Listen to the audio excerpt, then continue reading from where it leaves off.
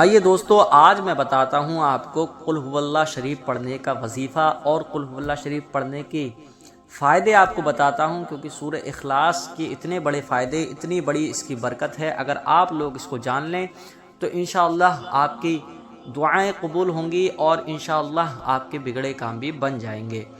السلام علیکم ورحمۃ اللہ وبرکاتہ۔ معزز سامعین، کیسے ہیں آپ لوگ؟ امید ہے کہ آپ سب لوگ خیر خیریت سے ہوں گے۔ اللہ پاک آپ کو خوش رکھے، شاد رکھے، آباد رکھے۔ جی ہاں دوستو، ہم اسی سورہ اخلاص کی بات کرنے جا رہے ہیں جو قرآن مجید میں اللہ تبارک و تعالی نے جس کے بہت بڑے فضائل، بہت بڑی اس کی برکت ہے۔ اس کو آپ پڑھ لیں، انشاءاللہ آپ کی ساری دعائیں اللہ پاک اپنی بارگاہ میں قبول فرما لے گا۔ کس طریقے سے پڑھنا ہے یہ بھی میں آپ کو بتاؤں گا۔ اس سے پہلے آپ کو پاکیزگی اختیار کرنا ہوگی، یعنی آپ کو پاک صاف رہنا ہے، باوضو رہنا ہے، اور اس وظیفے کو کرتے وقت کسی سے آپ کو بات چیت نہیں کرنی ہے، ٹھیک ہے نا؟ پہلی بات تو یہ، اور دوسری بات یہ کہ آپ کو کس جگہ پر یہ وظیفہ کرنا ہے وہ بھی آپ کو بتا دیتے ہیں کہ آپ کو تنہا بیٹھ کر ایک تسبیح لے کر اس وظیفے کو کرنا ہے۔ 3 مرتبہ اول اور آخر میں درود پاک پڑھیں، پھر اس کے بعد آپ لوگ 11 مرتبہ یعنی 11 ٹائم آپ لوگ قل هو اللہ شریف پڑھ لیں، پھر 3 مرتبہ درود پاک پڑھیں جو بھی آپ کو یاد ہو۔ آپ اس درود پاک کو پڑھنے کے بعد میں اللہ پاک کی بارگاہ میں دعا کریں، انشاءاللہ جو بھی دعا مانگو گے اللہ پاک اس کو قبول فرما لے گا انشاءاللہ۔ اور اس کی فضیلت یہ ہے کہ آپ اس کا پڑھنے والا یعنی سورہ اخلاص کا پڑھنے والا کبھی بھی کسی چیز سے محتاج نہیں ہوتا، اللہ پاک اس کے لیے کہیں نہ کہیں سے اسباب ضرور پیدا کر دیتا ہے۔ آئیے قل هو اللہ شریف کو سن لیتے ہیں۔ قل هو اللہ احد اللہ الصمد لم یلد ولم یولد ولم یکن له کفوا احد۔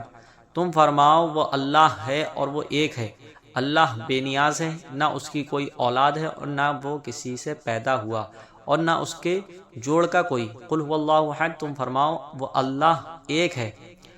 عرب میں کفار کی بہت سی قسمیں تھیں، دہر یہ مشرک، اللہ تعالی کی صفات کے منکر اور اللہ تعالی کے لیے اولاد ماننے والے وغیرہ۔ اس صورت میں ان سب کی تردید قل هو اللہ فرمانے میں دہریوں کی تردید ہے، احد فرمانے میں مشرکین کا مکمل رد ہے، اور اگلی آیت میں بقیہ کفار کا رد ہے۔ ارشاد فرمایا کہ وہ اللہ ایک ہے، یعنی ربوبیت اور الوہیت میں عظمت و کمال کی صفات کے ساتھ موصوف ہے، اس کی نہ کوئی مثل ہے، نہ نظر اور نہ اس کا کوئی شریک۔ اللہ الصمد، اللہ بے نیاز ہے۔ ارشاد فرمایا کہ اللہ تعالی ہر چیز سے بے نیاز ہے، نہ کھائے نہ پیے، ہمیشہ سے ہے اور ہمیشہ رہے گا، کسی کام میں کسی کا حاجت مند نہیں۔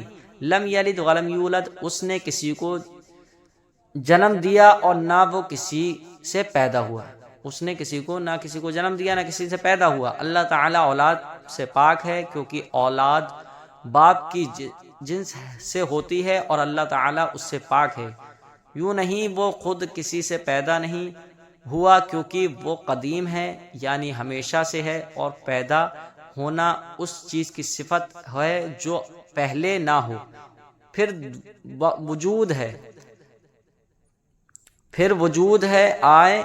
اس میں مشرکین اور یہودوں نصارہ سب کی تردید ہے۔ مشرکین فرشتوں کو اللہ تعالیٰ کی لڑکیاں کہتے تھے، یہودی حضرت عزیر علیہ السلام کو، جبکہ عیسائی حضرت عیسیٰ علیہ السلام کو خدا کا بیٹا مانتے تھے۔ ولم یکن لہ کفوا احد، اور کوئی اس کے برابر نہیں، یعنی نہ ذات میں نہ صفات میں، کیونکہ وہ واجب ہے، خالق ہے، باقی ہے، ممکن ہے، مخلوق اور حادث ہے۔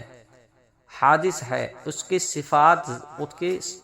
ذاتی صفات قدیم غیر محدود، جبکہ مخلوق کی صفات عطائی، حادث اور محدود ہے۔ دوستو، آپ نے دیکھا کہ کتنی بڑے اس کے فضائل، کتنی بڑی اس کی